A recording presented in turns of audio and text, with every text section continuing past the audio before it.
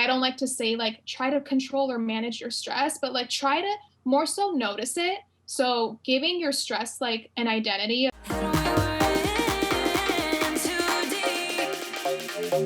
Welcome back to another episode of the Millennial Girls Podcast. I'm Racquel and I'm Natasha. We have a very special guest who I am very excited to talk to today.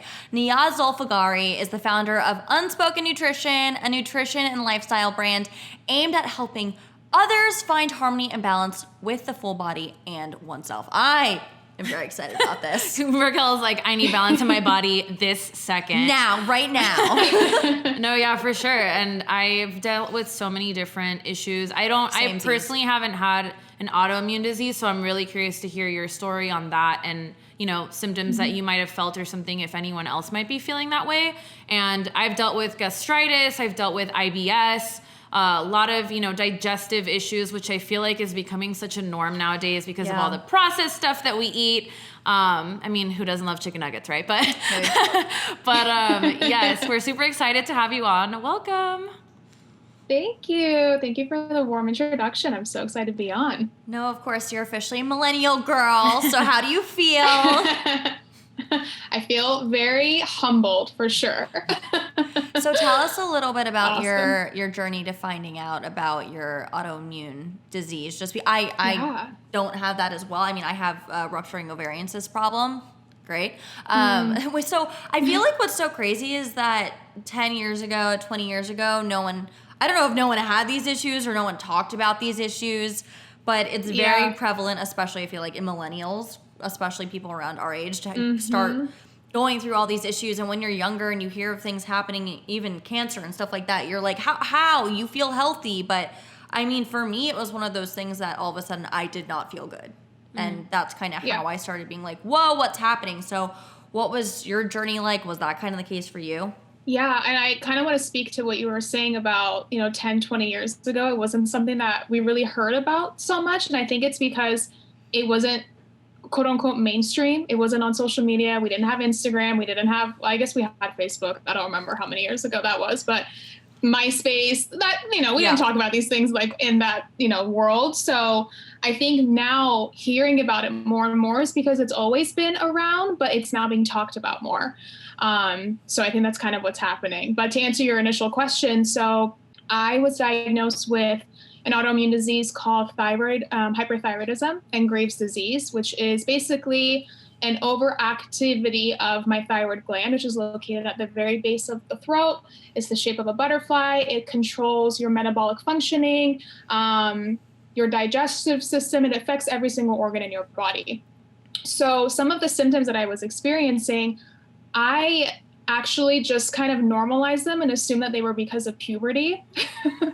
So I was like, I've always been a really anxious and energetic person. I've always been somebody who worried about the future, something that never even happened. I've always been really sensitive to the heat and I would just sweat all the time. So I really normalized them.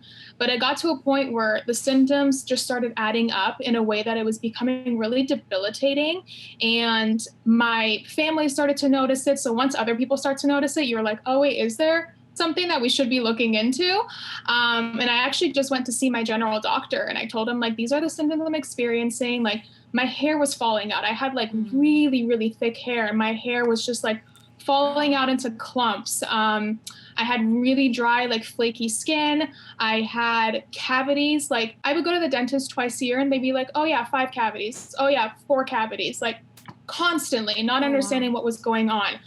I had a really rapid heart rate. Like, it felt like, when you're running and you get your heart rate to like a really fast pace and you're like trying to catch your breath, it was like that all the time. Like, even when I was trying to sleep, so I had like really bad insomnia. And then because of that, I was really fatigued in the morning because I didn't get any sleep the night before. So these things just started to add up and I'm like, this can't be normal. This can't be like the way that I just live my life from here on out. And I was like 18, 19 at the time.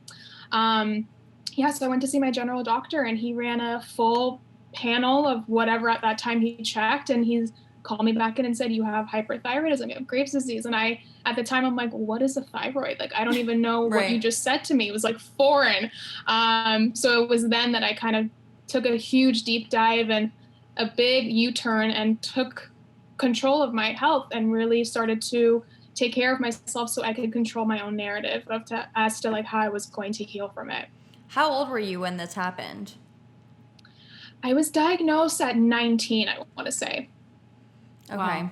Yeah, it's crazy because again, I'm like 30 now. And that's the thing too, like you said before, like whether it's become normalized or I think it's more like we've found names to the problems, like I guess with research, science and all this stuff, but now that we kind of, you know, have these triggers or these symptoms and stuff like this that you're saying, I mean, of course, none of us are doctors here that we're not going to prescribe you anything, Racquel and I, but we definitely wanted to have somebody on that has experience personally, and especially with us dealing with so many problems with inflammation. And I feel like that's such a common thing to deal with, like all over. What are some things that you could talk about when in regards to inflammation? Because I think that's something related to what you were dealing with too, right?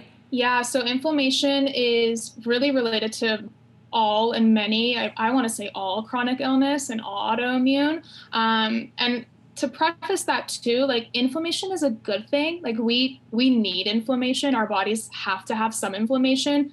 And the only kind that's like a really healthy, good one is an acute inflammation. So like if you were to get a bee sting or a paper cut, like what usually happens, it turns red, it might get a little bit warm. That's your immune system. That's the inflammatory process protecting you. So that way the cut or the sting gets better. You want it to get hot. You want, like when you get sick, you want to have a fever for however many days, because that's your body fighting the disease or the virus or whatever it is. But what can then happen is chronic inflammation, which basically is if you have some sort of acute inflammation and you don't take care of it right away, and then it just starts to add up and get bigger and bigger, it becomes a chronic issue. And then at that point, that can then start to affect your organs and the way that your body is functioning. And then that can manifest into whether it's gastric issues, whether it's heart issues, whether it's hormonal issues, endocrine issues, whatever it might be, whatever is generally like the most susceptible in your body. It also can come down to hereditary too. So if you have something on both sides of your family, you're probably more susceptible to it, especially if you have that chronic inflammation turned on. So definitely inflammation and following an anti-inflammatory lifestyle is something that I talk about all the time. Totally. I was going to say, let's get into that. Because I'm sitting here being like, when I first started dealing with the ovarian cyst, the rupturing situation, it was when I was like stressed, the most stressed I've ever been in my entire life. I had a very, just very, very stressful job, always had to be on camera and on and running around. And it really took a toll on my body. And for a year and a half, I was in the hospital almost every other month dealing with a rupturing cyst. And I have a very high pain tolerance. Like, grew up competitively dancing, have broken my foot, kept dancing on it. Like, you know what I mean? Pain, I was like, whatever. So the fact that I was keeled over on the floor, not being able to walk, my parents were like, and everyone around me was like, this is not normal, okay? And then found out about the rupturing cyst and everything. But honestly, like, doctors were awful, pretty much. And were just like, okay, so I mean, it happens. People deal with this, and here's some Toradol, and here's 800 milligram Motrin in the hospital, and here you go. And that's what I dealt with for a year and a half. I mean, still now dealing with it, but it's gotten kind of less. Like, I knock on wood, it's been a while since it's happened. But yeah, I mean, my primary was like, you know, anything that won't inflame you, you know, all of that. So. But I did that, and it didn't necessarily help. So I don't know if I was doing it wrong or the diet. So if you could go a little bit more into that. I mean, I want to know, like, what were you doing? Do you remember what were some like big changes that you made? Just the food. So she gave me a list, a lot of like, you know, in the morning have this, have flax seeds, have the hemp seeds, make sure you have that, and do the whatever berries I was supposed to eat, and then the greens, and eat the broccoli instead of the this. And I mean, I was doing that, but it was still happening. And it was just one of those things that I was like, okay, I'm now completely changed my diet, and I, you know, basically stopped drinking, and the caffeine intake was cut in half as well, but it still happens. So I guess to answer your question, Anti-inflammatory lifestyle goes beyond just nutrition. So yes, diet, nutrition is a huge part of it, a huge component of it. You want to make sure that you're eating foods that come from the ground or from a tree, foods that are not processed, that are not full of sugar, that are not chicken nuggets, unless you make them at home, don't have any like gums or emulsifiers, that don't have coloring in them. Those are all going to, over time, contribute to inflammation. Now, I get that every now and then that you might want to crave those chicken nuggets. You might want to go to like, I don't know if anybody's listening on the West Coast, you might want to go to In-N-Out and like get yourself a French fry. Like, oh my God. Animal fries. I live like really close to one. Yes. And I can smell it every time I like get onto the freeway and I'm like, this is torture. That is torture. That is seriously torture. This is not part of my anti-inflammation diet, okay?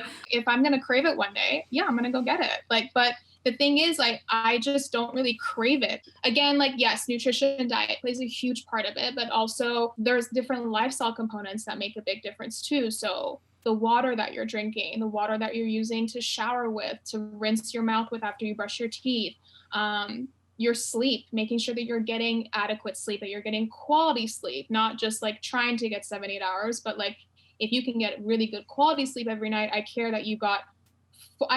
would rather you get like 5 solid through and through nights sleep than like 8 hours of you tossing and turning. So getting really good adequate sleep every night. Stress. Right. So making sure that your stress is like really, and I don't like to say like try to control or manage your stress, but like try to more so notice it. So giving your stress like an identity of to being like, okay, I see you. I understand this is stressing me out. And I know that it doesn't belong to me. And this is what's in my toolbox that's going to help mitigate the stress so that I can move through it a lot gracefully. So for me, that might look like yoga. That might look like breath work. That might look like going for a walk. Yesterday, it was screaming in a pillow. That's what I needed to do to get the stress that I was experiencing at the moment, like out of my body. So, oh yeah, love a good pillow screaming. So getting the stress and finding ways to really help understand and navigate through it.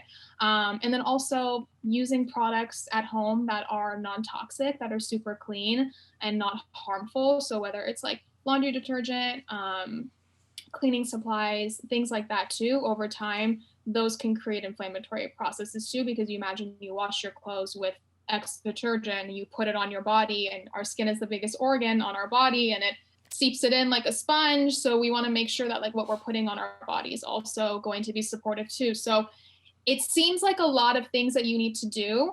But over time, it just becomes really habitual and it becomes part of your lifestyle and you don't really think about it that much anymore.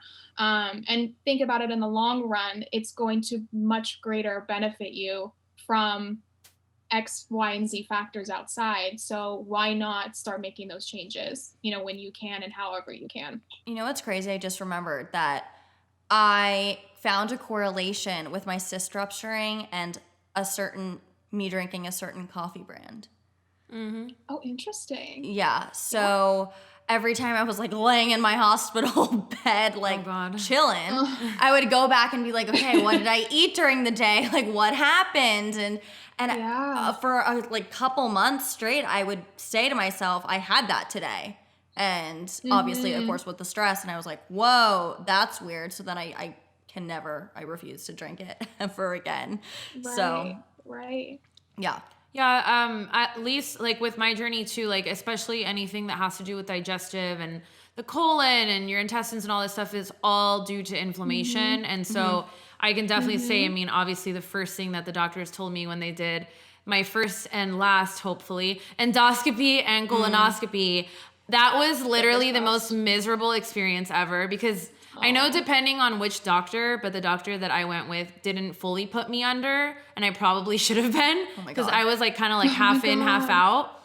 And so when he, sorry, here I go again with my graphic stories. No, you weren't under. Oh my God. Yeah, basically they put the tube up my butt and that one I was like, we're not avoiding this. Like, sorry, God, I just ruined this for myself, but it's fine.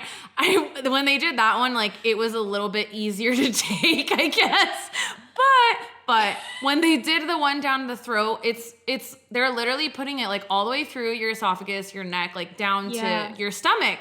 And so when they did that, I yanked it out because that was my reaction. I did reflex. That was my reflex. I don't know. I freaked out that there was like this thing going down my throat. So I was like, I just yanked it out. But anyways, wow. That whole experience led me to find out that I have like a hiatal hernia. So that's when I think the esophagus is like kind of protruding through the top of the stomach. So these aren't things that like every single day I feel, but at that time I was just getting these like really sharp knife pains in my stomach. Like anytime I ate, even if I drank water, like it was just so bad at that point.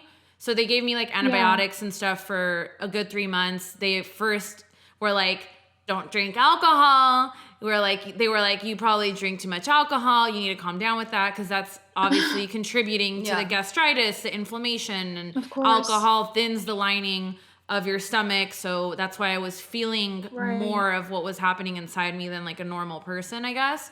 So and then of course diet shift I feel like is always kind of like the number one thing. Sometimes I feel like we almost focus on diet too much where it's like, oh my God, I don't feel good. What do I need to eat and drink to fix this? And it's like, sometimes we just need to detax a little, you know? Just need like, to lay on your couch and watch TV. You don't need to ingest anything. Like we've all been there, but so, you know, primarily, of course, they said, you know, calm down with the alcohol, try not to have like spicy foods, try to cut down on anything that's overly greasy and oily and stuff. And I love my chips and my salty snacks. So of course, like you find alternatives to like make a kale chip or bake things instead of fry, whatever. Like, of course there are different ways to do things, but yeah, it's a whole lifestyle thing. And you really have to commit yourself if you obviously don't want to, you know, be in pain or suffer those kind of symptoms where you can't sleep at night, like you said, and stuff. And yeah, it's a process. It's a journey. Yeah. But, it is. I didn't feel good for like almost 2 years straight. Truly. It was so bad. But obviously you have the autoimmune. So how long from, you know, you being like, this is not normal, I don't feel well, to you kind of finally starting to feel okay? Because feeling well. Yeah. Or as so best as like you could. when I was first diagnosed, and like we talked about in the beginning too, nutrition, mindfulness, anti-inflammatory, all of this, like everything we're talking about, no one talked about it then, or at least like nobody that I knew was talking about it. So I sort of went a little bit backwards where I was like, okay, let's start tackling the symptoms first, which yes, take a look at the symptoms and also take a look at the bigger picture too. So at the time I, you know, went and saw many endocrinologists, many different endocrinologists until I found the person that I stuck with for the past 8 years, to make sure that I was going to be under the care of somebody who would listen to me, who cared about me wanting to be, you know, try as many holistic things as I possibly could. So I went from seeing an endocrinologist to seeing a dietitian to seeing an allergenist to seeing all these different specialties, everything under the sun, from like acupuncture to cupping to craniosacral to like energy medicine. I mean, I've tried everything, and not to say that none of them work. They all absolutely contributed. But I really think the biggest thing that made the biggest shift and impact for me was the second I took care of what was happening inside of me on an emotional level. So for me personally, my autoimmune turned on as a reaction to stressful circumstances in my life growing up. So my family, very, very close. I come from an Iranian family. We're very, very close. Me too. Loud and oh, amazing. So you get it. Yes. So, but I also grew up not necessarily having like the best relationship with my dad, and my parents went through a phase where they were in the midst of separating, and I am such a nurturer by nature that I was wanting to protect my little brother from like knowing that mom and dad were having a fight that day, or like they were having a disagreement, or if my parents did have an argument, I would go check on mom because I'm like such a mom's girl. So I took on so many different emotions. I'm an empath. I think all of us are. And I took on so many emotions of other people that over time me locking in those emotions sort of caused this sort of inflammation or inflammatory reaction in my body that over time became chronic. And then that chronic inflammation of me holding onto those emotions manifested into all the symptoms I was experiencing, everything from like my gut to my hair falling out. And then over time, because thyroid disease falls on both sides of my family, the most susceptible organ in my body was my thyroid. So my body's like, that's the one we're going to go after. So it went to it, and that's what turned on, and that's how I got sick. But I think more so, to go back and answer your question, I didn't start feeling really grounded in myself and really fully healed until probably 4 years ago. And that's when I started doing the work to really understand, where was my anxiety coming from? Why am I experiencing it? Why am I giving it so much ownership over my life? Why do I feel like I need to own the title of I have an autoimmune disease? I didn't want to give it so much ownership and so much color, rather than like me to just tell myself like, I'm not sick. I'm totally healthy. I'm totally healing. I feel so good. I don't have any symptoms. Like, changing the languaging too made a big difference. But once I really started to tackle that, all the other therapies and modalities that I had been trying, that I had been doing, like anything from the acupuncture to me cleaning my diet to me going to craniosacral therapy, whatever it might be, I started to then notice that, oh, these are really working now, because I took care of what that root cause was for me personally. Natasha, you know what I love? What do you love, I Racquel? love Dezo. Our sponsor. Obviously, I love it because it's spiked superfruit water with gluten-free vodka, all of the good things that are necessary for your stomach not to hurt, but it makes you feel great. That's my melon sugar high. Yeah, I don't know. It just makes you feel good. Like, it's perfect for a pool party, and we've been having our own pool parties for the past year. That's coming very soon, I hope. But fingers crossed. Yes, Dezo's actually launching their new site, so it's going to be drinkdezo.com, where you can order it wherever you are listening to us, because I'm literally, you guys have to taste it, you have to order it, and make sure to check the link in the description, because that's where you can find out all the information about Dezo, and you can order it for yourself and all of your friends. Yes. And make sure to say that we referred you. You were referred by the Millennial girls. 2 L's, 2 N's. Remember. You know, the first couple times for me when I was in the hospital and, you dealing with your issues, everyone here, you feel like it's never going to end, and it's just going to be like that for the rest of your life. Mm-hmm. Yeah, and look, in my case, I know I'm definitely very aware of me not practicing the lifestyle I need to in order to fix the problem. Mm-hmm. At the time that they did tell me that I had all those issues, I did not drink one thing for 3 months. I was taking the antibiotics. I wasn't really socializing as much, because that was just a trigger for me. And still today, everybody likes drinking when they socialize. And it was just really hard for me to just not have one drink, or maybe if I do have the one, it turns into, 3, 4 or whatever. And so I was like, you know what, why am I going to enable myself if I know that that's not going to be healthy for me? So I I did go a little bit, let's say, like, dramatic with the way that I needed to change the lifestyle, but ultimately it led to a good few years. Like, after I didn't have any pain, it wasn't until maybe like this last year, which of course with COVID and everything didn't help, but COVID stress. But yeah, like in the last year or so, I started getting some pain back. And that's honestly due to, a couple years of going completely south with my diet and just everything. Like, right. I've put on some weight. I've make the worst, choices when it comes to what I'm putting into my body and stuff like that, with food especially. So I'm aware of that. I will say that. But I know that, like you said too, like working on those things and really committing to it, definitely you'll feel the improvement and the progress for sure. Do you have any advice for anyone listening? Hopefully this helps someone.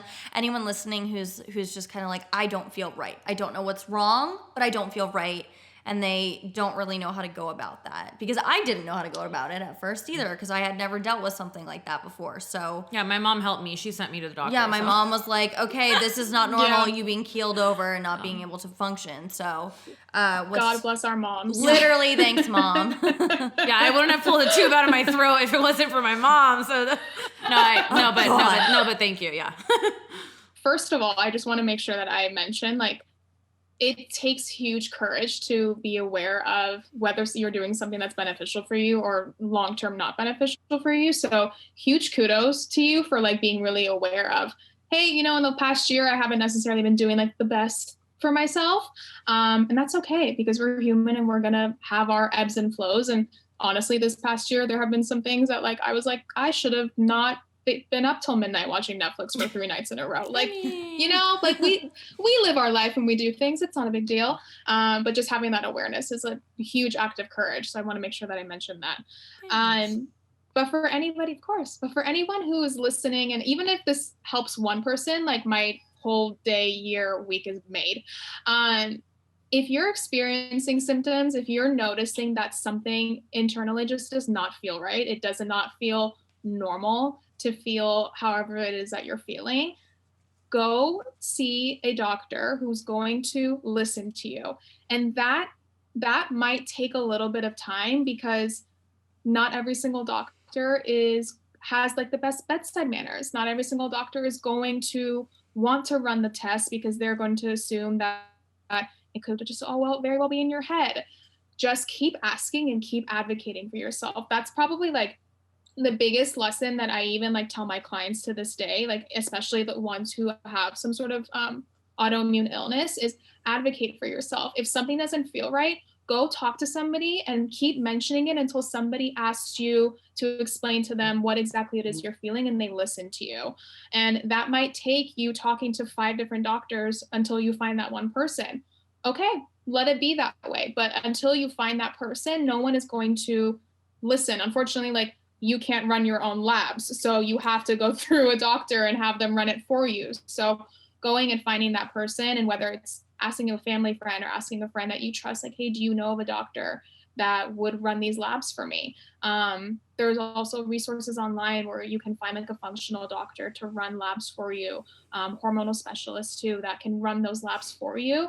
That at least will give you a big, clear picture as to what's happening internally, you know, via the numbers, via your lab results.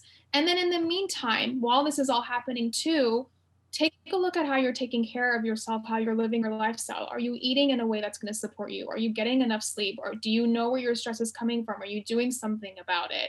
Are you moving your body every day? Are you doing things that are going to support your digestion? Are you pooping every day? Like, these are the questions that I ask my clients, because these are the things that should be happening on a day-to-day basis. And sometimes in the midst of us feeling abnormal or feeling things that don't feel right, we kind of forget to do all the things that make us feel good. So while you're looking for that support that's going to help you figure out exactly what could be a diagnosis, do things also at home that are going to support yourself too. Totally. And another thing I want to add to that is surround yourself with as many people that have that lifestyle too. Like if you're trying to make that change, I think that's a huge thing. Like even when right before I met, you know, my partner, I was like, I want to meet somebody that doesn't drink like a crazy person, because that's just it's a culture here. I mean, that's just the norm. Like so many people are so used to just like woo, like in Miami, you know, drink, especially in Miami too. You know, the lifestyle here is till the sun comes out, and if not till the next day, like it's till just, 2 days later when the sun comes out. Yeah, it's so crazy here. So that was like even something that like, you know, if you want to say in my list of something like with someone else, is that was something that I put on there. I was like, you know, someone that's like decently healthy too, because then if you're even with friends or family, if you know that they're constantly eating junk or, you know, they don't want to take care of themselves, surrounding yourself with those people are just going to be triggers for you to keep doing, you know, the bad stuff. So I think that's a huge thing too. Or put yourself into groups like, let's say if you do like the yoga meditation stuff, like go to more of those and like events like that where you can meet other people that kind of live that lifestyle too. And I think it'll motivate you and help you to, you know, make those changes for yourself. Absolutely. I love that you mentioned that, because it brought up, I'm like thinking about myself when I lived in New York, because I'm sure you know too, like living in New York, it's a crazy city. It's a fun city, especially when you're like in your early 20s and you move there and it's brand new. You want to do everything. Yep. And I remember like me trying to find my circle of people that I felt more comfortable with. And I went through many of different types of circles until I found until I found what felt right for me. And that sometimes meant like, nobody wants to do yoga. Okay, well, I'm going to go by myself. Like, and then I'll meet some people at yoga, and then, oh, we all go get some lunch together. Like, I totally agree with that sentiment about finding people to be with and surround yourself with, because it makes a huge difference, not just in the beginning when you're trying to figure it all out and trying to make it part of your lifestyle, but even as the years go on and that just becomes how it is that you live your life. But having those people that are going to support you and stand by you and encourage you and motivate you, it makes a huge difference in your healing journey. It really does. Totally. And not for nothing, I mean, not all my family members, but many of my family members, even distant, like aunts or uncles and stuff like that, a lot of us are overweight in my family. And there are some, like severely obese, and it's scary because growing up, you don't think anything of it. They're your aunts, your uncles, and whatever. But when you get older, and then you're, what is it called? Not digestion. Your metabolism. It slows down. Your metabolism slows down. I was like, word. What is the word? Your metabolism slows down, then you start noticing it. You're like, oh my God, like, I don't want to end up like that, the older I get, or even like, in our case where we haven't had kids yet. And if you do, how are you going to get back to your normal body? And, these are questions at least that I've had for myself. And I'm sure others as well. And it's, like you said, hereditary and being surrounded by those people too. And some of these people were not people I was like super close to, but if you are, that could be a trigger for you too. Absolutely. Or even, it's the same as having like an alcoholic parent or something in your house. It's the same thing. You want to distance yourself if you don't want to be a part of that lifestyle. So Absolutely. Speaking of changes and all that, what are some that you could mention kind of like right off the bat, whether it's like diet, drinks, snacks, stuff like that, if like you notice you're like, I don't feel good, but like, it's not to the point of like extreme. What would be like some good swaps that you feel like they're easy swaps for everyone to be able to do? To the point that we were talking about, like if you are drinking a lot of alcohol, so cutting that back out. If you are drinking a lot of soda, cutting that out and opting for more like sparkling water or like LaCroix, like great brand, love LaCroix, kombuchas, Health Aid, I think it's Dr. Brew or Brew Doctor or something. Those are all like pretty simple swaps that you can start to make just to get used to having cleaner products at home. I love doing like a pantry kitchen makeover with my clients where like we'll go through their pantry and I'm like, what kind of oil are you cooking with? And they're like, canola. And I'm like, throw it away, get avocado. like those little swaps like that make a huge difference also. So taking a look at your pantry and being like, okay, well, instead of Ruffles chips, I'll go get some like chips made with avocado oil or coconut oil or something. Or instead of like the popcorn from the movie theater, I'll go get some like bomb chicka pop or Buddha. I think it's on Buddha's Belly or something. Yeah, popcorn. I have no idea what the brand name is. I'm making it up now. But making those little swaps, like that makes a huge difference at the end of the day. The other thing that I personally didn't actually make this swap until about like 2 years ago when I started to learn more about it was my dental, like my oral health too, like my toothbrush, my toothpaste, my floss, my mouthwash, like all these things that I was like, but I thought I was doing it all totally correctly, and come to find out like, oh my God, I guess I'm not doing it all correctly. So switching out like your floss from like the Oral-B, the Glides, and getting a silk floss, getting a floss that's made out of bamboo instead of plastic. Tongue scraping, so getting like a really good copper metal, preferably tongue scraper. I got mine off like Thrive Market. Getting a toothpaste that's like really clean too, and there's tons of different brands of like really good toothpaste, like Revidin and Redmond's, and I think there's one called Hello or something. Those are all really great swaps also. So those will make a big difference too. I personally, the second I switched all of my dental products to like more cleaner products, my cavities, I haven't had a cavity in like 2 years. I'm somebody who used to get them that like makes sense though. Multiple times a year. Yeah. Like this most recent visit that I had at the dentist, they were like, what are you doing different? And I'm like, nothing. I was like, I'm maybe doing a mouthwash like midday if I feel like it. They're like, no, you're doing something else. I was like, well, I switched all my products out. Like, I'm not using any of the stuff you guys hand me as a treat when I walk out of here. Oh. So it makes a big difference. Yeah. I So heard about the tongue scraper. Little swaps. My friend Kayla Love uses tongue it. scraping. What does it do? Oh my God. So we have bacteria that sits on the surface of our tongue over the course of the day too. Like the same way we brush our teeth at the end of the day, like we also use our tongue to taste, to break food down, to digest our food also. So that all kind of sits on the surface of our tongue. So the tongue scraper is in like a shape of a U, and you just gently scrape it over the surface of your tongue, and you'll see like gunk just like slide right off of your tongue. But it also helps if you experience like bad breath. If you're somebody who has like gum disease or gingivitis, like susceptible to it, it really helps to clean all that off too. I love my tongue scraper, and I use a copper one because copper is antibacterial. So it's also like really beneficial to use that versus a plastic one. I mean, if you can limit your plastic use and intake as much as you can, like why not? And I love I love copper for like anything. I have like a copper face wand also I'm obsessed with. So oh wow, yeah, cool. No, that's a new one for me to hear as far as changing out your dental stuff. That's not something that I've ever I guess really looked into or heard too much about. But that's crazy that you were like going from a bajillion cavities to like, oh, okay, I'm like, I got perfect teeth now. Wow. That's awesome crazy. Though. So I'm glad that you shared that because it's, that's something I've never heard. And I mean, I haven't like, I don't typically get cavities, and especially because supposedly when you eat sugar and candy and stuff, I'm not like a sweet tooth. So it's never been a huge problem for me, but I know for, I'm sure a ton of people listening, we've all definitely had our fair share of cavities. And I know a lot of people get what are they? The crown? No. Crown. I had a double root canal. Root canal, that word. Root canals. Yeah. And I'm not somebody who like has a huge, like I definitely love my sweets, but I'm not someone who like has it very frequently. Yeah. I didn't grow up like having a huge sweet tooth where I was like stuffing my face with a lot of sweets.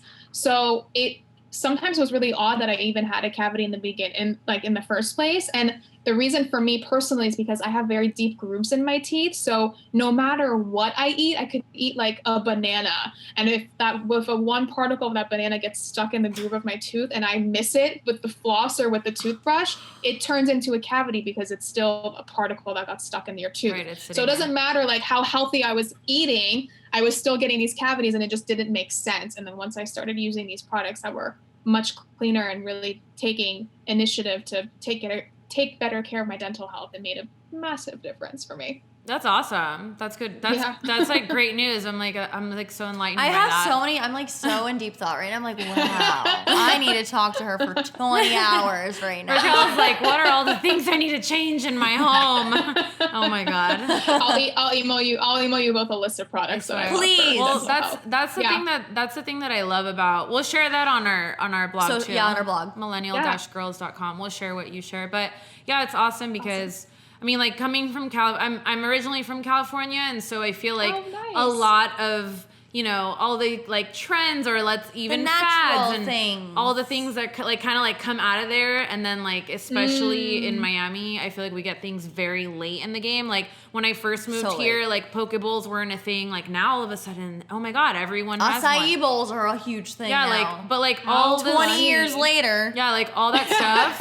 I was way ahead of the times, like coming from California. So even just like stuff like this, like the clean, like the laundry detergent, the soft, which I still use like my Tide and my Downy and stuff. But I know when I grab it every time, I'm always like, I should probably get the natural one, but which I haven't tried in a long time. Maybe I will, but yeah, especially after this conversation. Small strides, everyone. Baby steps, exactly. Yeah. You don't have to do it all overnight. Well, no, and I didn't do any of it overnight. Totally, and that attributes to inflammation of the skin too. So like if any of you deal with, like I deal with eczema too. Acne. I don't full on get, but I have like patches sometimes in certain areas, and that's always like the first thing. Or even for women, like if you get yeast infections and stuff, it's always like, what detergent are you using? Are you using cotton underwear? And are you, cleaning yourself with a non-fragrant soap? And, all these little details that contribute to inflammation on the skin too. Yeah. So. Absolutely. Yeah, it all adds up. But yeah, again, like baby steps. I didn't do any of this overnight. This all, like I said, the teeth stuff, I didn't do that until like 2 years ago. So baby steps, but over time it does add up and it does benefit you. So why not start with one small thing today, whether it's like swap out your cooking oil for avocado oil. That is already doing a huge, huge service to yourself. So yeah, that's what I was doing too. I went to Whole Foods the other day and I'm a chip person, salty person, snacks. Like I like my snacks. Snacker. And so I went to look in like their little snack aisle. Not that I'm going to get these all the time, but I was like, okay, I saw these like flavored chickpea, like crunchy chickpeas or whatever. They're kind of like chickpea chips. Yeah, I love chickpea chips. Yeah, like they're just... Those are good, kind of like roasted or whatever. They become crunchy. And I was like, these are awesome. I mean, obviously finishing the whole bag in one sitting, whatever. Like, right, that's the problem. It's like, you're only supposed to have like 5 of these and it's already 300 calories and I eat the whole bag. But I'm like, at least it's a better swap than having, the hot Cheetos or the whatever the heck you like to eat. Exactly. Those tear kill up me. your lining of your stomach. Oh, they kill me. I don't eat them. Oh yeah. I haven't eaten them for years, but like if I have one bag of those. Didn't you eat them a lot? Well, when I was a kid. That you? Okay. I ended up in the urgent care. Oh, was you? I don't believe it, but the doctor and my mom were like, it's because of Flaming Hot Cheetos, and tons of kids have been coming in here because they're all eating Flaming Hot Cheetos. I was like, oops. Oh my God. Yeah. I mean, I remember when they were like so big and we were like, how many of them can you eat before your mouth? Yeah, before your mouth like burns off. I'm like, why did we do that? Like, what? Not smart, yummy. Guys. Millennials are not the smartest. It's yummy. We're learning from our mistakes. Oh, and the thing too is like I'm Mexican too, so it's like we like spicy food. We use chili and stuff, so it's like it's frustrating because I'm like I want to eat all the jalapenos I see over there, and it's like I am not allowed to because then I'm gonna go to the bathroom in 2 minutes. Like it sucks. Yeah, it's one of those things with IBS too. It's like there are certain things that are just major triggers where like I'll have a ramen bowl and I love myself a good ramen, and in like within 15 minutes I am like running to the bathroom. Yeah, it's awful. Right. But then I'm like, was it worth it? Maybe. Maybe I will do it once a year, but that's about it. Right. Listen, I every now and then will like have a bowl of ice cream and I'm like, was it worth it? I'm like, yeah, it was worth it in that one time. Oh, totally. It's not a big deal. It's like, I'm home. Yeah. It's not a big what deal. else? It's fine. I'm not out. Seriously. It's okay. No, of course. We're all gonna have our slip-ups, and I think like you said, it's doing it in steps. I think being overly aggressive about a diet change is never realistic unless you really have like the mind for that. But yeah, just do baby steps like you said. Swap out your oil for a couple months. Then later on, slowly kind of like take away like one piece at a time. Add and take. Or replace. Absolutely. Yeah, with other items. Finish what you have and then replace it. Yeah, that's the better way to do it, but practice what you preach. Talking to myself. Practice what you preach. These are notes to self because I am not doing very good at this right now. I'll check in on you in a month. I'll be like, did you change your cooking oil? Did you change your detergent? Yeah. I know. I really do feel like I could talk to you for hours and days, and every single day I'm gonna be like, what about this? But where can everyone find you on social media or your website? Just plug yourself, because believe me, I know a bunch of friends have issues and they're going to want to talk to you. Oh, I love it. My Instagram is @Unspoken Nutrition. My website is unspokennutrition.com. Perfect. And of course, guys, you got to follow us on social media. Of course, Millennial_girls on Instagram. Personals @Racquel Goldy. @Natasha Salehi. And you know what to do. YouTube, subscribe, ring the bell so you get the notifications. On Apple Podcasts, leave that 5-star review. It really does help us. And until next time, guys, peace love, and unicorns.